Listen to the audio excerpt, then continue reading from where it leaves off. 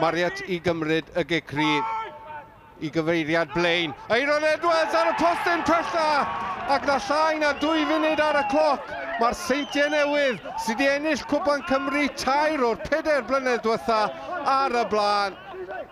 Eiron Edwards ar y postyn pella I gefn yr hwyd.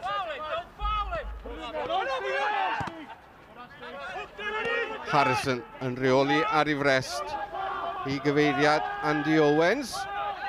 Owens yn gri yn gwneud yn dda o camgymeriad yn y cefn a Wild heibio'r postyn cyn chwaraewr y Seintiau wrth gwrs Michael Wild ond y camgymeriad gan Steve Saunders yn rhoi'r cyfle i'r ymosodwr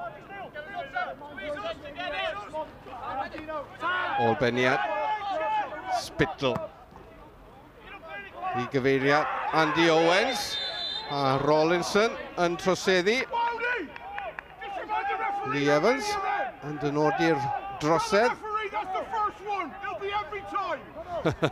ac Andy Morrison yn gweud bod yr amddiffynwr yn troseddu bob tro Bacare I gymryd y gicrydd ac mae yng nghefn y rwyd Andy Wycherley y chwaraewr 4 ar 15 oed yn absenoldeb Paul Harrison yn y gôl i'r Seintiau heno a Michael Bacare ar gicrydd I gefn yr rwyd Jake Phillips I hyrddio hon i'r cwrt Horan ar peniad oddi ar y lein gan Saunders y peryg yn o hyd Wild a'r sodliad yn syth I ddwylo diogel Wycherley ond mae Cei Connah yn cnocio ar y drws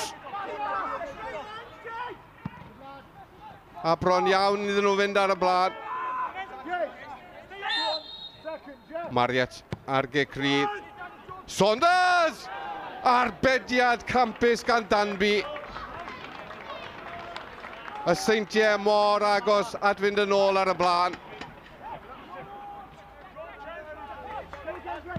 Danby ar gic o'i ddwylo ac mae'n fynydd o gic hefyd mi gyrraeddydd y cwrt ac Andy Owens sy'n syrthio yn y cwrt dan bwysau gan Saunders a Lee Evans yn dynodi cic o'r smotyn I Cei Connah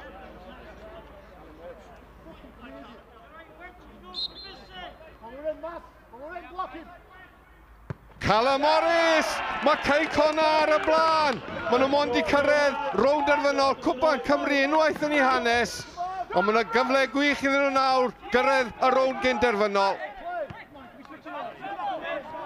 Blaine Hudson dim pwysau o gwbl arno fe mlaen at Eiron Edwards Brobl Hudson di parhau ei rediad Hudson arbediad da gan Danby I nadi Blaine Hudson rhag unioni'r sgôr cyd chwarae da gan chwaraewyr y Seintiau yr amddiffynwr di parhau ei rediad i'r cwrt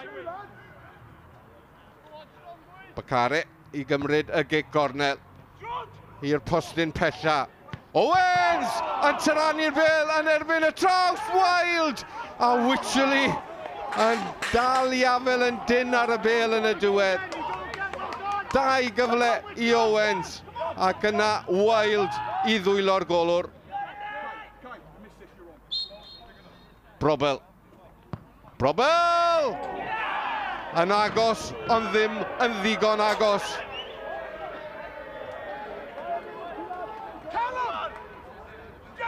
Andy, we spoke before the game, and your quote was, "We'll win this one." I've said it the last 5 times, so I had to get one right. Look, we've been playing really well, you know, and we've not been rewarded with our endeavour at all. You know, starting with Bangor away, where we dominated them all over the pitch. Saturday, against TNS, the last game, we dominated them. And then tonight, you know, it wouldn't have flattered us if it had been 3 or 4-1. Yeah, John's pulled off a couple of saves, but Mike's had a couple of great chances. We've hit the crossbar, cleared off the line, you know, when we've caused them massive problems. And, yeah, I thought every player on the night was tremendous. Yeah, disappointing. Obviously, quarter-final of the Cup, you want to go through to the semis. And, you know, last season we were saying, obviously last season we fell at the final hurdle. So we said, this time, you know, can we push on and go on better? But unfortunately not tonight after a great start to the game. The tough thing is you beat TNS in the Cup and you think, you know, you feel like you've won it. But we've got to, you know, we've got to regroup now and go and really give a great account of ourselves in the semi, and we will do. And with it us beating TNS, you know, Bangor will be over there now. All the public will be jumping in the pubs and they'll be celebrating, you know. But we'll be ready for that one. Don't you worry. We've won a trophy. We've been in the semi-final of the Iron Brew, which, you know, anyone would say that we deserve to win that game. Yes, we didn't. So tonight we're out of the Welsh Cup, so we dust ourselves down, go again Saturday, and make sure we get the League one.